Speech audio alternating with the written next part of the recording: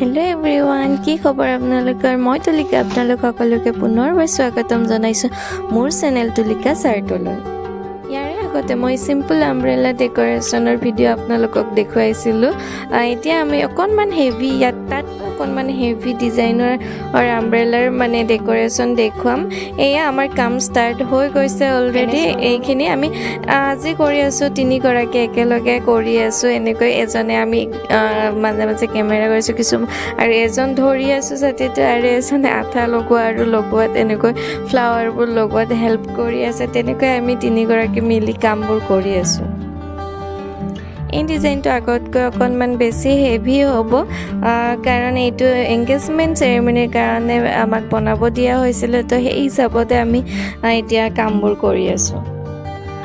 প্ৰথমতে আমি এই ফুলৰ লাইনটোৰে ক'লা ক'লা যিবোৰ মানে আমব্ৰেলাৰ লাইনবোৰ এইবোৰ ওলাই আছে সেইখিনি কভাৰ কৰিলোঁ। এয়া কভাৰ হৈ গ'ল। আপোনালোকৰ কেনেকুৱা লাগিছে বাৰু জনাবচোন। তাৰপিছত আমি বাকীখিনি কামো এনেকৈ ষ্টাৰ্ট কৰি দিম। প্ৰথমতে আমি এইখিনি কমপ্লিটকৈ লগাই লৈছোঁ। এইটো আমি হট গ্লুৰে লগাই দিছোঁ। অলপতো প্ৰব্লেম হৈছে, মাজে মাজে ফ্লাৱাৰবোৰ মানে এৰি গুচি আহে, তথাপিতো আমি তেনেকৈ লগাইছোঁ, কাৰণ প্লাষ্টিক হয় মেটেৰিয়েলটো। তো আমি কি আঠা লগাম তেনেকুৱা ভাবি পোৱা নাছিলোঁ। বেলেগ আঠা লগালে প্ৰব্লেম হ'বও পাৰে, সেইটো কাৰণে আমি হট গ্লুৱে ব্যৱহাৰ কৰিছোঁ। কাৰণ হট গ্লুটো বেছি প্ৰব্লেম হোৱা নাছিল প্লাষ্টিকটোত, সেইটো কাৰণে আমি হট গ্লু ব্যৱহাৰ কৰিয়ে লগাইছোঁ। লাইনবোৰ কভাৰ হোৱাৰ পিছত আমি এতিয়া মাজৰ ডিজাইনটো লৈ কমপ্লিট কৰিম। প্ৰথমতে এনেকৈ মাজৰ ডিজাইনটো গোটেইখিনি কমপ্লিট কৰিম। আমাৰ কেমেৰামেনটো একদম ঠিক নাছিলে, এবাৰ ইফালে যিটোত মানে ফ'কাছ কৰিব লাগে তাত ফ'কাছ নকৰি নিজেই লৰি আছে আৰু তেনেকুৱা কেমেৰা কৰি আছে। প্ৰথমতে মই অলপ ধমকি দিলোঁ, পিছত অলপ ভালদৰে কৰিছে। বাকী কিছুমান ময়ো অলপ কেমেৰা কৰিছোঁ, সেইটো কাৰণে অকণমান কেমেৰা কৰি থকাৰ দিগদাৰ হোৱাৰ কাৰণে কিছুমান মাজে মাজে কি এড কৰিছোঁ, কেনেকৈ ফুলবোৰ এড কৰিছোঁ সেইবোৰ দেখুৱাব নোৱাৰিলোঁ। তথাপিতো যিখিনি পাৰিছোঁ আমি সেইখিনি মই দেখুৱাই দিছোঁ, আপোনালোকৰ লগত শ্বেয়াৰ কৰিছোঁ। আপোনালোকৰ কেনেকুৱা লাগিছে জনাব, আৰু শেষলৈকে ভিডিঅ'টো চাই থাকক। আমব্ৰেলাটো কমপ্লিট কেনেকুৱা হৈছে আপোনালোকে তেতিয়া চাব পাৰিব আৰু আমাক জনাব। ফুলৰ লগত পাত নাথাকিলে বেয়া লাগে, সেইটো কাৰণে আমি পাতৰো ব্যৱহাৰ কৰিছোঁ।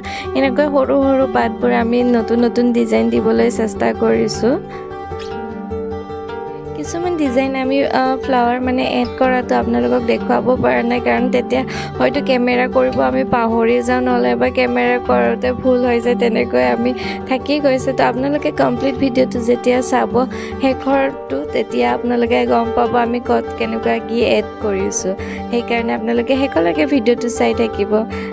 আগৰ ডেকৰেশ্যনত ব্যৱহাৰ কৰা ফুলবোৰ আমাৰ তাত আছিলে, তো তাৰে সৰু সৰু ফুলবোৰ যে আছিলে সেইখিনিও আমি ইয়াতে ব্যৱহাৰ কৰিম। বহুত বেছি নহয়, অকণমান মাজে মাজে আমি ব্যৱহাৰ কৰি দিম। মাজৰ ডিজাইনটো কমপ্লিট হোৱাৰ পিছতে আমি বৰ্ডাৰ লাইনটো ডিজাইন কৰিম। সেইখিনিত একদম চিম্পল ডিজাইন ফুল আৰু পাতৰ লগত কৰিম, বহুত বেছি হেভিকৈ নকৰোঁ, কাৰণ বাকীখিনি আমি অলপ হেভিকৈ কৰি দিছিলোঁ। সেইকাৰণে তলৰখিনি আমি অকণমান চিম্পলকৈ কৰিম।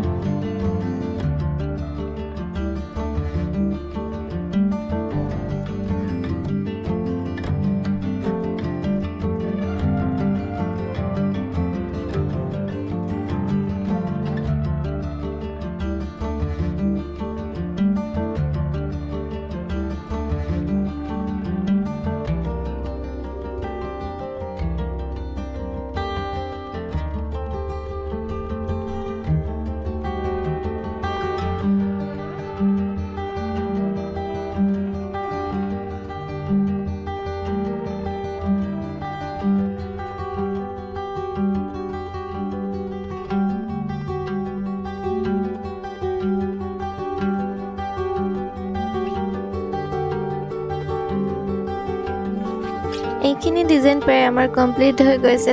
এইখিনি ডিজাইন কমপ্লিট হোৱাৰ পিছতে আমি মাজে মাজে গল্ডেনৰ মণি টাইপ, মণি নহয় ঠিক তেনেকৈ, এনেকুৱা যে ফুলৰ মাজে মাজে দিব পাৰি সেইবোৰো আনিছিলোঁ। তো আমি সেইবোৰ কাটি সৰু সৰু দুই এটাকৈ তেনেকৈ মাজে মাজে লগাই দিছোঁ, কাৰণ গল্ডেনটো দিলে মানে ধুনীয়াকৈ ফুলৰ মাজত ফুটি উঠে, সেইটো কাৰণে আমি তেনেকুৱা লগাই দিছোঁ। প্ৰায় আমাৰ কাম হৈ গৈছে, এইখিনি ফিনিচিং কৰি আছোঁ, অকণমান ডিজাইন দি বাকীখিনি কমপ্লিট হৈ গ'ল আমাৰ।